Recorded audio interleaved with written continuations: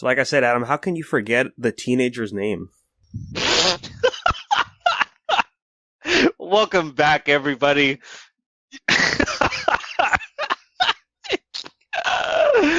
Dude, it's not just the fact that she's 17-year-old. It's just the fact that she's such an important character.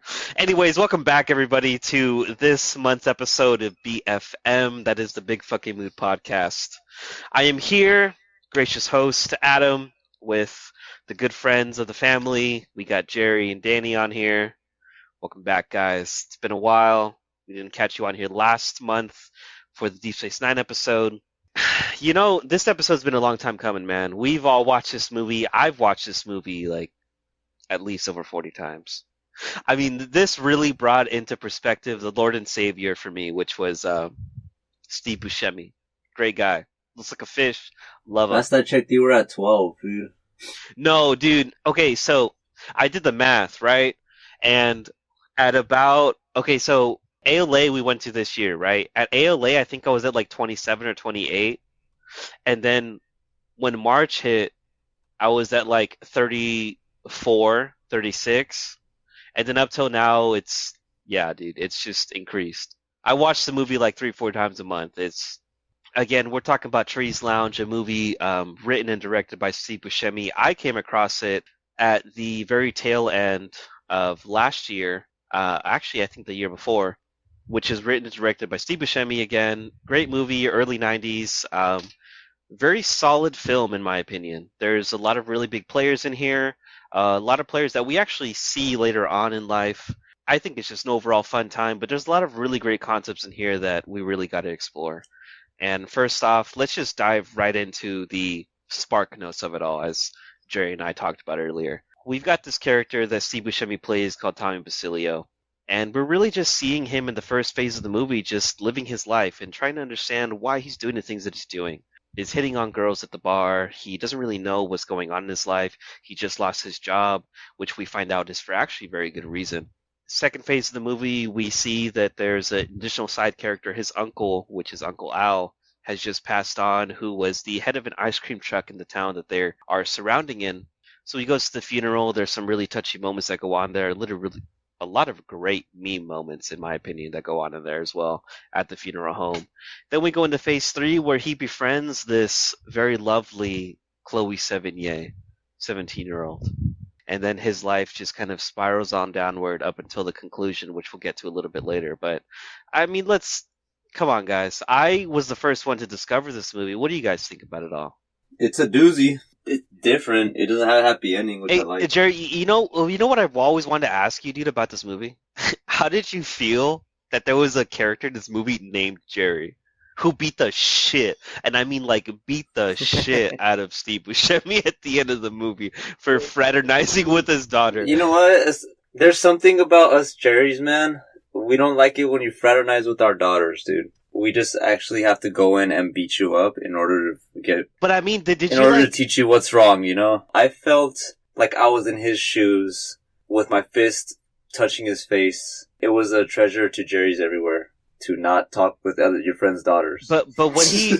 well, I mean, we've had this running joke for a long time in our friend group for years that, oh, if we have a daughter, don't fucking talk to our daughter, you know? Like, as you first watched this movie, did that joke ever become, like, very real to you? Just kind of like, dude, no. These guys, no. No, it's not going to happen. It wasn't the movie that made me feel that way, but... I swear to God, if you say it was me, I'm going to slap shit out of you. It was you. No, but yeah, dude, fucking... No, like, I mean, come on, dude. What if Gerry's name was Adam? How would you feel? Dude, you know what? Really, I know you guys never would do the damn thing. You know, that's first off. But I would definitely feel for the character, dude. If I knew that homeboy, like, I was looking for my daughter. She's been gone the whole night. I find out that her friend has been incarcerated for having a fake ID. My daughter's been gone for so long. Like, I would go into a rage. I would feel exactly the same way as this character did, without a doubt. That's just complete fact. Now, would I go and beat my friend with a baseball bat and terrorize his, ice cream truck? Not even his uncle's. Yeah, at that point, I'd probably be like, wait, no, this is Ed's. Fuck. Right. I'd probably be like, it's an inanimate object. I'm not going to take it out on it, but I am going to beat your Show ass some up. respect. Exactly. Dude, this whole movie respect is out the door. Like from like day one. Like we can see it from the bar of Trees Lounge. We can see it into the streets. We can see it into all the other different scenes with the multiple characters that we get in here. It's just respect is completely out the door. Danny, how'd you feel about this the first time I showed it to you guys? I think you both saw it around the same time, if not at the same time. I think I saw it after Gerry's first time watching it. So yeah, this movie, man, and here on BFM, we've talked about the film Detachment, right? That's a film that I really like. And there's future films that we're going to be talking about as well that I personally liked for a long time. And this movie has the same feeling. And I was like, oh, as soon as, we started the film with the opening scene of the bar, Tommy waking up and all that, I figured, okay, yeah, this is a movie that is telling a story, and that's what's capturing you. It doesn't matter the arcs are set up or like the 3-act structure, like standard movies you would typically watch. This isn't in that realm. And that's what caught my interest, and just the way it's written, the way the scenes are shot, and even the cast coming in here. You could tell this is definitely a passion project for Buscemi. And that definitely gave me a lot more interest. And, after watching it and really thinking about it now, it's like, what? I like this because it reminds me of Aku no Hana and like Poon Poon type of energy. And there's just something about those stories that, the capture, because it's more real than anything. It doesn't try to pretend to be something else. It's like, this is exactly a realistic narrative in a film. Everybody in this movie is a piece of shit. Everybody in life is a piece of shit. Dude, Exactly. And you know what? That brings me to a great scene. One of my favorite scenes of this movie, where when Tommy Basilio, Steve Buscemi's character, is going through, the death of his Uncle Al, who has been this prominent figure in the entire community. He sees his nephew, and his brother, and they're all about to do a line of coke, which they're all about to take a blast off. And his nephew is kind of like, I wish I knew if my father loved me or not, which is Uncle Al. I wish I knew he did. And then the line that Steve Buscemi says has always gotten me. Like from the first time I see it till like the 100th time I'm going to see this movie, because I'm going to continue watching it. And it's just, well, everybody's fucked up, but nobody else wants anybody else to know that they're fucked up, so they just kind of, and that alone, like that's what makes me really appreciate this film for what it is, because it's real. It's, of course, it's a work of fiction, obviously, but the things that happen in this film are very much real. This could happen to anybody in any regular run of the mill, day job, day life, anything like that. And the way that it's portrayed has done a very solid job, because this, I mean, it's nothing too out there, but it's just enough to make you sit back and be like, well, fuck, man. Like, is that my life? Am I desperately trying to find some human interaction that makes me want to connect with somebody else? Or am I just trying to find a way out of what I'm trying to, like, disconnect from? And I feel that Steve Buscemi's character, Tommy Basilio, just is going through both battles throughout all phases of the film. The shit fucks, man. I'm not gonna lie. Yeah, dude. And, my favorite aspects of this film is just the way it's layered about revealing information.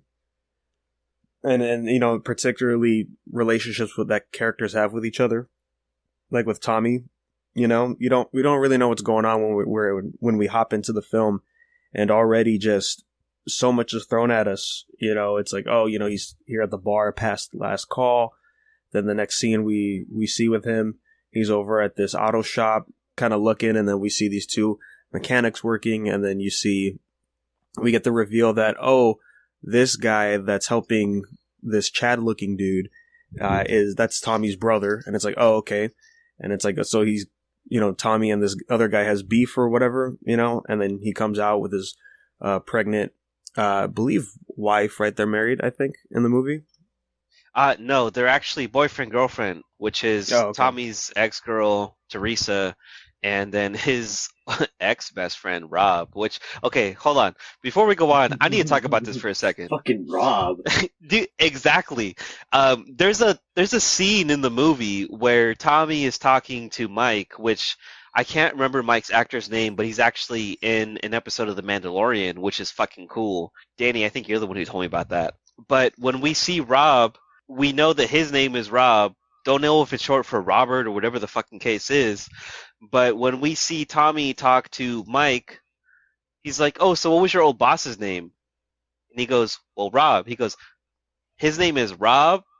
He stole your girlfriend and he fired you and his name is Rob?" Like, dude, come on, man. You might as well have stuck a fork in yourself and said, "Hey, I'm Thanksgiving dinner. I'm done. I'm overcooked. There is no juice left in me at this point." Right? But yes, so we have Rob there. We have Tommy's brother who also works at the auto shop. And that in itself, look, you guys can agree or disagree with me with this, but when I looked at the DVD case of the chapter selection for the film, it really made it seem, and I've said this for a long time, that the baby that Teresa is having is actually Tommy's and not Rob's, and it's a whole cover-up. Like I said, everybody in this movie is a piece of shit. Dude, what really made me believe it the first time around, before I even had the physical DVD case with like chapter selection, is the scene where it's Teresa and Rob in their home, and Rob makes the whole extravagant, like actions of, "Well, whose baby do you think it is?" And then she goes, "Well, it's Tommy's." Like, what would you say if I said it was Tommy's? Like even if it was his, I would still want you. And he kind of looks at her like, "Oh, even if it was his," and then all she says was, "Oh, you are such an asshole." Like, that interaction made me know, like, dude, you know what? That's it. I get it now. There's an interaction between Tommy and Teresa that we never really see as to why she goes with Rob, but the child is still Tommy's, which is what I think makes the ending that much more special for Tommy. When he looks at the child, it's kind of like you can kind of see, I've seen this movie multiple times. There's just a way that Steve Buscemi looks at that baby that's kind of like, fuck, dude, that's mine, dude. That is my sperm that came into you and to your fallopian tube, and then we became fallopian. Whoa, dude, we're getting graphic in here? Oh, dude, this is the big fucking mood, bro. If we're not getting graphic, don't turn me into a graphic novel. No, I fully believe that is Tommy's child, the entire film. That's just me, though. That's a strong theory with really good points to it. That's probably what he wanted, what Steve Buscemi wanted to put in the watcher's mind. Just like he'd probably be like, it doesn't even matter. What matters is like, I don't know, man. I lost my train of thought. Honestly, I okay, hold on. Let me pick up what you were putting down. So I think what you're going with was that it might be something that's like open to interpretation in some kind of way, because it's so very. Exactly. I mean, the interactions with Teresa are so. I mean, they're vague. Yeah, exactly. They're very. They're very. She doesn't even look at him. Right. They're very point and cut, but they're very vague. Playing with him? No. You said it exactly, Gerry. There's actually a line in the movie with Rob where he tells Teresa, like, you don't even look at him. Like, you act like he doesn't even exist. And in that scene, you just kind of think about it, like, you have no if you're a first time viewer, like, why doesn't he look at him? Like, I mean, why doesn't she look at him? Like, what's going on? Like, the common denominator is that she's probably holding a child that he definitely is the father of, and she just wants to move anything and everything away from, which is completely fine. Again, this is very modern day type situation, and I don't disagree or agree with it, but for the way the story is being told, it fits very well for the narrative. Right. I will say, though, the first time I watched this movie, man, I was really high. I got I was it was a December night, dude. That's wrong. No, dude. It was a December. I can vividly remember it was a December night, and I didn't know what the fuck I wanted to do, and I had a couple days off. I was like, fuck, dude. I've got a blunt, dude. I'm just about to go. So I just dove right into the deep end, and then I I remembered I had Hulu, so I went on to Hulu and I went over to the section called 90s Binge. I was going down and then I saw Steve Hell Buscemi's yeah. dumbass face and I was like, "What's this about, man?" And then the Steve caption, Buscemi, goblin-looking face. dude, the caption of it was, it says it on the title too. Hold on, I have the disc right in front of me. It said, "A story about one man's search for who knows what." And then I read that, and of course, for the smokers out there, you read that and you're kind of like, dude, who's watching me? Who who's out there? And then I was like, fuck it, dude, I'll watch it. I didn't even know what that film was gonna do to me at that moment in time, because I finished watching it for the first time and I sat there. In my chair, just like, dude, I'm so glad. One, I'm so glad it's not my life.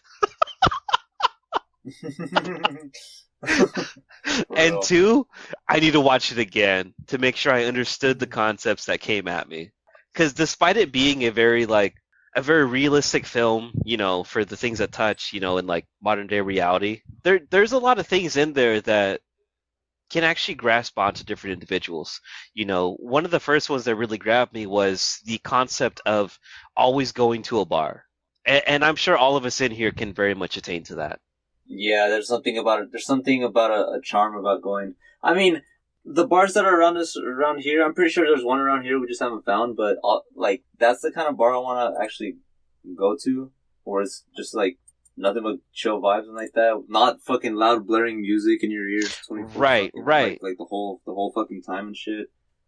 Like not overpacked and shit, but that's just because of where we live. I think that's all. I mean, the principle stays the same though. It's just having an area to escape to where you can also have your indulgence at the same time. I mean, there's that's what Trees Lounge. Exactly, and there's only one, well, actually, maybe two bars I can think of off the top of my head that are in this immediate area where we all live, that I get that vibe from. One of them is too far to drive to, and I hate making that drive. The other one is like right in downtown, and I'm not going to give any names because I don't need anybody to know where we're at. But it just, I feel that those two bars definitely give me, and I've said it, when we're out there, where having a good amount of drinks, like this gives me very much trees vibes. I can go out there, I can have a good time, I can hang out with the boys, and it's all fun and dandy. When the film initially started off with that, I could definitely see it. I'm like, dude, this is already real to me. It could not be real to anybody else who doesn't, experience this kind of lifestyle. But for me, it already made it very real. Yeah, make sure you pour up a glass of something good if you watch this. Oh, dude, I'm like, hold on, I'm at like literally the perfect 25% left of my bottle of Crown Royal boil going into this one. There's so many storylines going on here. All these parallels connecting. It's. You want to say parallels, man? Well, Danny, you bring a great point, dude. Like we've been talking about Tommy alone, but we've got Mike and Marie. And dude, hold on. Before I let you go on, Danny, I gotta say one thing, man. Marie, if you're a woman who smokes cigarettes and drinks, please, Bigfmoodpodcast, social media all around, let me know. Your gracious host, Bam Adam, will let you know. Go on. Yeah, the parallels here, man. We were talking about it before we started recording. With Mike, as we were saying it, his relationship with his wife Marie is the opposite of what we see in the bar during the daytime with the older couple that sits next to I'm trying Bill. Bill and Tommy. Next to Bill. Yeah.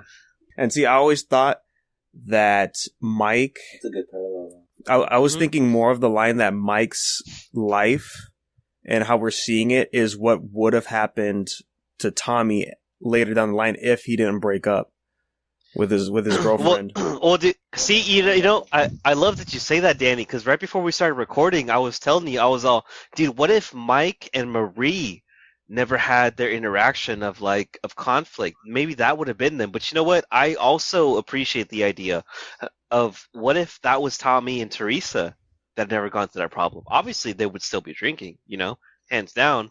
The only reason why I was more catered to Mike and Marie is that they were already both physically inside a bar during the film. So that made me think, oh, easily, no problem. But you bring up a good point. I could definitely see that as well. Yeah, it's real interesting stuff how you want to interpret all the character arcs and how they connect to each other. Because especially with Mike, you know, at the end of the film, Mike learned his lesson before anything serious happened with his relationship with his family, versus with Tommy he didn't even learn it until the end of this film, really. He saw the cut that was about to come out and he was like, no. Take the knife away, man. I want my family. I'm going to keep my family. I'm not going to destroy my family because of unknown factors.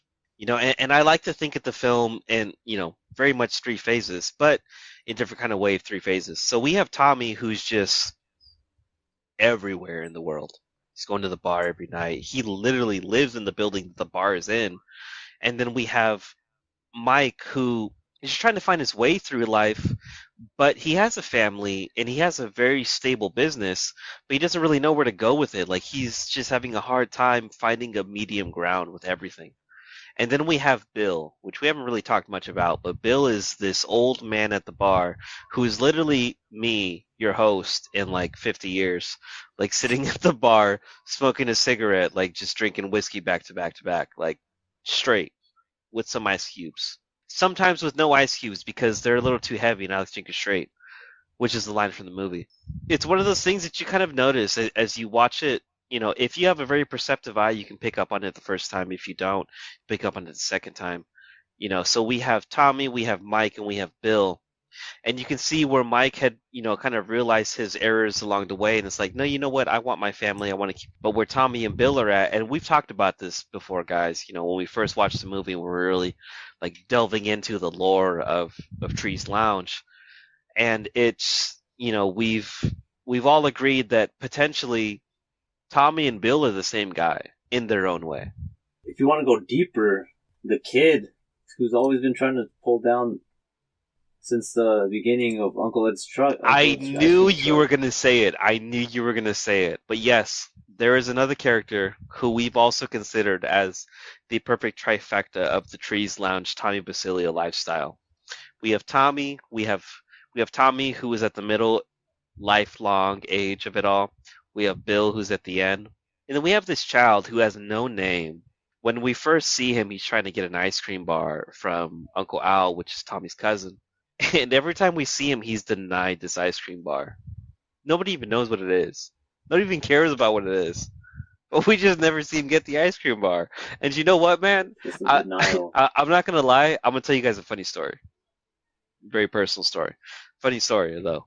So I was maybe like maybe like 5-6 years old, right? I was living in Cats. I heard the ice cream truck come by, right? I was living in the cul-de-sac, so obviously it had to go around and then like pass my house twice before I actually left the cul-de-sac, right? So I heard it the first time and I was like, dude, I gotta get a fucking $1, man. I gotta get my Sonic the Hedgehog ice cream. Like, I need a fucking $1 right now, right? So I'm running around the house trying to find a fucking $1. And then I find one and I was like, yeah, dude, I got a $1. And then I run out and then the homeboy is like halfway across the street, done with his second round. And I'm running and I'm running and I'm running. And I was like, dude, I'm going to get the Sonic the Hedgehog ice cream bar, right? Like, I'm going to get those eyeballs. Sonic the ice cream bar, hell yeah. Dude, I was ready. I was ready with my $1 in my left hand. And I was running. And I was running. And then all of a sudden, I hit this fucking brick wood in the middle of the road, dude. My left toe stubbed on it. And then I scraped my face on the pavement. And then I got up. Hell yeah. Like once I was like, I had like composed myself, I was all fucked, dude. I just fucked everything up. When I put my head up and I had gone through the pain, I looked up, the ice cream dude was gone. And that is how I felt when I first watched Trees Lounge and seen that little kid who just wanted his ice cream bar, whatever the fuck it was, never get it in the entire movie. And that's my story. So I felt that kid, dude. I don't know what kind of ice cream he wanted, but I know that he never got it the way I never got it, man. And I will tell you, that's why I've never gone to run against an ice cream truck ever again in my life. Even if it's a That paletero, monster man. probably yapped at you, fucking walking away. Oh, dude, Riding away.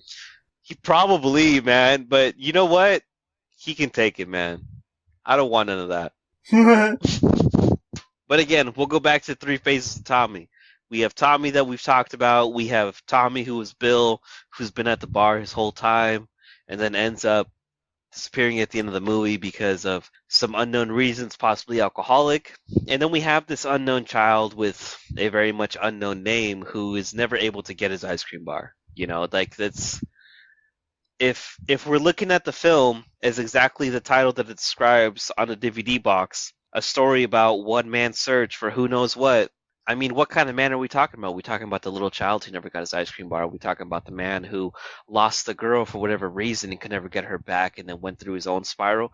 Or are we talking about the man who was always at the bar and could never find a reason to go on in life? Those are the things that gets me about this movie, man. Yeah, man, and to add to that, Tommy's problem, as we see multiple times in the film, whenever he tries to get, his hit in, it's always denied. And that, you could take that a lot of different ways. But one way could be that, oh, look, here's Tommy putting effort into something he wants, and he's constantly failing to get it, so why bother trying? Hence, he's stuck. Exactly.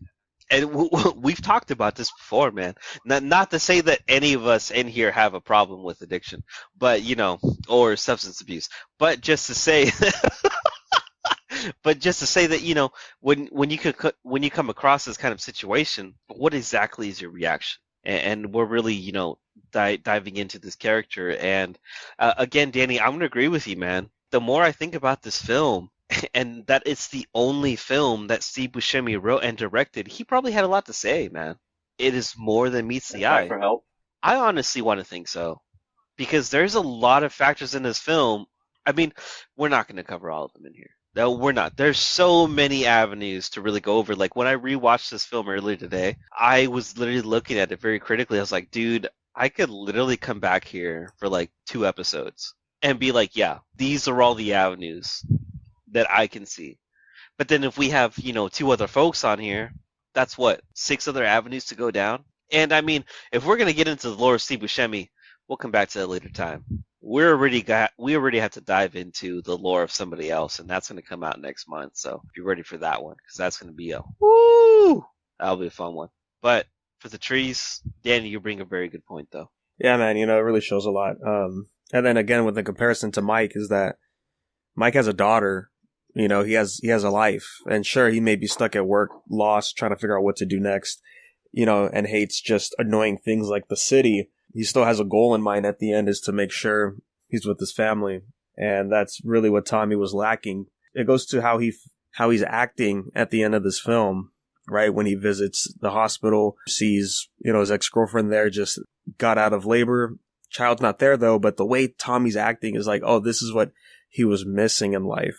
Something very concrete to keep him there. Exactly. And I think that's the important part of why it's at the end of the film, that you see Tommy go through all this crazy shit, man. Trying to find a way through life after losing your girl, after losing an uncle who's a very prominent figure in the community and also in your life, having to go through this, everybody has a bad mistake.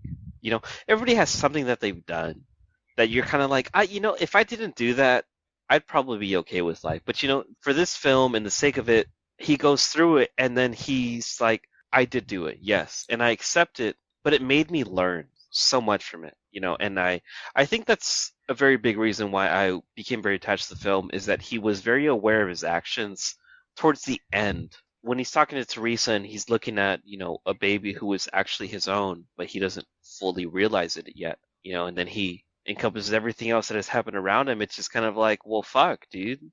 That was it. For whatever reason, it's very unknown throughout the entire film, I fucked it up. I think that's what makes this film very personable. And to bring up a very good point from Brendan, who, we had on, last month's episode for Deep Space Nine, when I first showed him this film, the one thing he said to me was, I really love this movie for a lot of different reasons, but the biggest one is that the hero is the anti-hero, and that what he goes through is just something that's so human that makes it so relatable to everybody else. I think that's what makes it really important. I think that's what makes it, something of a film that I've become very attached to, is because it's fiction. I can't say it's nonfiction because I don't know if anybody has gone through it besides, actual people that I've met, but it's something that's very personable to anybody in the world. The fact that it can happen. Exactly. It's a slice of life, guys. No, this is like I said earlier, man, with the whole Akunohana Punpun, like this is totally a seinen manga. See, but like in comparison to Punpun, it's one of those that's like, okay, I'm reading through the story, I can understand what's going on, and then I get there and it's like, okay, you know what? I can see why I got here through the steps that it took to get here. And, with Trees Lounge being a film and a lot of things already established for you before you get here, it's kind of one of those that's like, well, fuck, dude. I mean, okay, I'm going to give you 3 different scenarios. We have Tommy, who's the main character, who appears to be a complete loser in his life. He doesn't make the right decisions, things like that.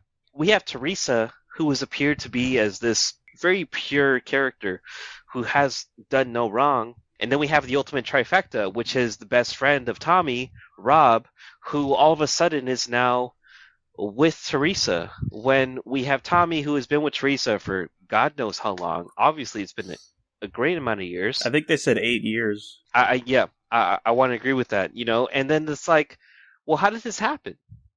How did we get from point A to point C without even knowing point B? But if we understand human interaction, it's like, well, a lot of shit can happen, in that amount of time. How did you guys feel about seeing the good old Samuel Jackson come into this film?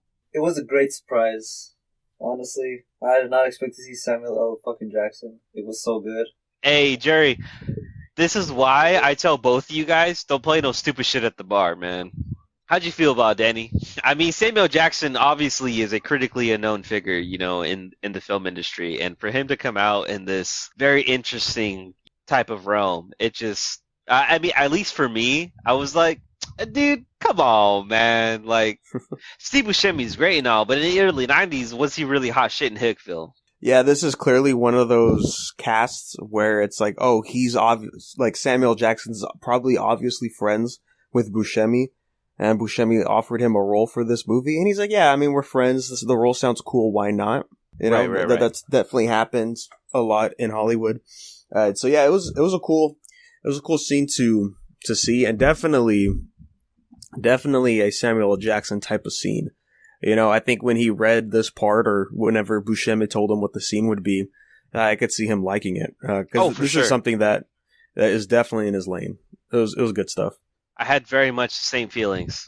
Very much the same feelings. I just, kind of going off of what we were talking about earlier, I think we've touched on this the last couple times, since we started this episode today, is that this movie is just very, is very real. Not to say that any of us in here have ever experienced this type of, situation. God, I hope not. And if either of you do, you better fucking tell me, because I'll tell you to watch this movie again. But, we've all had our bar experiences. We've all had our times with individuals in the bar we may or may not ever meet again. But just the experiences that we have with different individuals that may or may not have lives very similar to ourselves. And I think that's one... as many times as I've watched this film, that's one thing that's always stuck with me. It's like, how much of this film is actually very real to me? Obviously, I have no children, so I can't very much relate to having a child that's mine that somebody else thinks is theirs. The simple fact that, well, I have nothing else going for me, so I'm just going to keep going to the bar and hoping that something else happens. And I think that's a concept that's sometimes a little hard to swallow. We all have such high aspirations, but I mean, again, I'm going to go to exactly what it says on a DVD cover. A story about one man's search for who knows what. I mean, who does know what? We're just here trying to live our lives, just vibe out and do our own thing. we are very luckily to have each other to go out to these places and have a great time, whether it be at a bar or at a con, and then we all kind of converge back on each other on our experiences. In the trees, it's just kind of like, well, fuck, dude, like you put yourself in these situations, and how the hell are you gonna get yourself out of them? Yeah, and I think that's why this movie is worth watching. A lot of these movies that we're going to go over here on BFM is more than likely worth watching because you can learn a lot from all these films. Exactly. And that's why I want to point out, we started off with our pilot, which was very short, and then we moved over onto a very strong concept, which was detachment. And detachment alone, if you still haven't seen it, I mean, go watch Detachment. I mean, Adrian Brody does a phenomenal job, but just if you look at the film Detachment as a whole, like there is so much to grasp from that film. And then we go on to Annihilation, which is, again, it's its own pothole. If you're a Star Trek fan and Deep Space Nine, you already know all the things that encompass Deep Space Nine with different characters and the spiritual, religious, and the war factors of that entire series. Now we're discussing Trey's Lounge. It's a lot of humanitarian things that I feel as a host that are always very important to mention, because no matter what's going on in our daily lives, we are all very human and we all very much make the very same mistakes, whatever that may be, whether you're an alcoholic, you're a substance abuser, or anything of the matter, and I want to say that the saving grace of a lot of these films that we've talked about is the inner monologue, which is that, yes, there are these things that are going on. It's the inner monologue that is always reminding us that, hey, you know what? This is actually what's important. This is the very important thing. This is, not to be very cringy or corny, the big fucking mood of the situation. That's always what I strive to make a lot of the episodes about. What is the important factor of listening to us discussing these types of things? Like, what is it that relates to you the most, listener? I've always been a big reader in my life. I've always been a big writer. Gerry, I know you've always felt the same way. Danny, I know you're always big on finding out the actual big notes of the musical score in a very, I don't even know what the fuck word I'm looking for, but we're always looking at the big picture. So it's, Trees Lounge very much fits and Danny mentioned this earlier, one of the perfect trinity of the movies that we're going to talk about over here on BFM. The first one was Detachment. The second one here is the Trees Lounge. And the third one, which is going to come out in late August, is actually going to be The Whackness.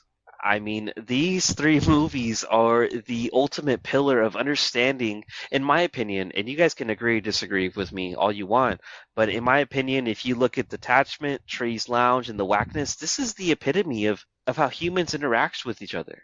You have different ways to look at the interaction, but ultimately, a lot of it is the same, and very much of it is, so much different than each other, but it's all so encompassed in one big pothole. We have Detachment, which is you're trying to understand another human being, based on the actions that they make.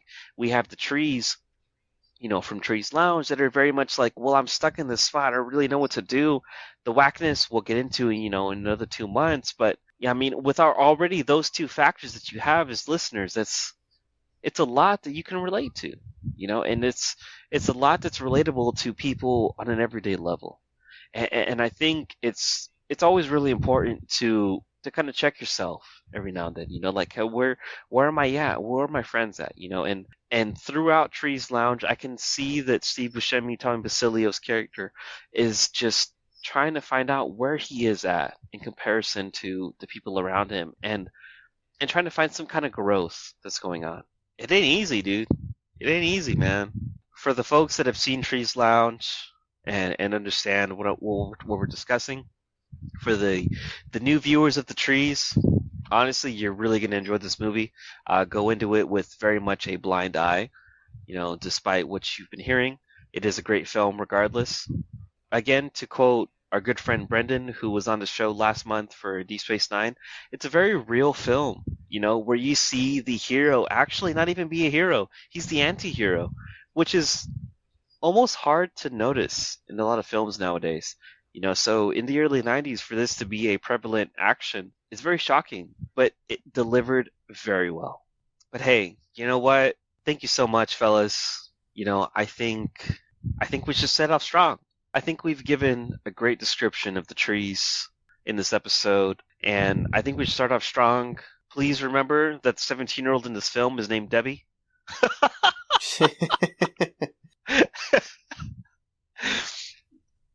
And it's a great movie. Definitely watch it. If you're a fan of Steve Buscemi, definitely give it a watch. It's a great time. It's not on Hulu anymore, unfortunately. If you have Amazon Prime at this time, in the month of June 2020, definitely give it a watch.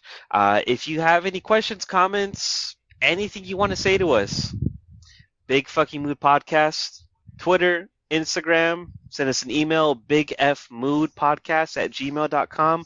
Let us know what you think about the trees. Let us know what you think about anything that you felt that may have pertained to you in this episode. Let us know. Again, this is your lovely host, Adam. We have had our great friends on the podcast, Danny and Gerry, which we are also part of the family podcast, Unversedpodcast, which also concludes, Marvel Talkcast. Let us know what you think. Send us anything that you might have had about this episode. And hey, we're here to talk to you. And I'll just let you know right now, you keep drinking, we'll always answer your questions. Have a good night, fellas. But so what? I mean, everybody's fucked up, But nobody wants anybody else to think they are, but everybody knows they are anyway, so...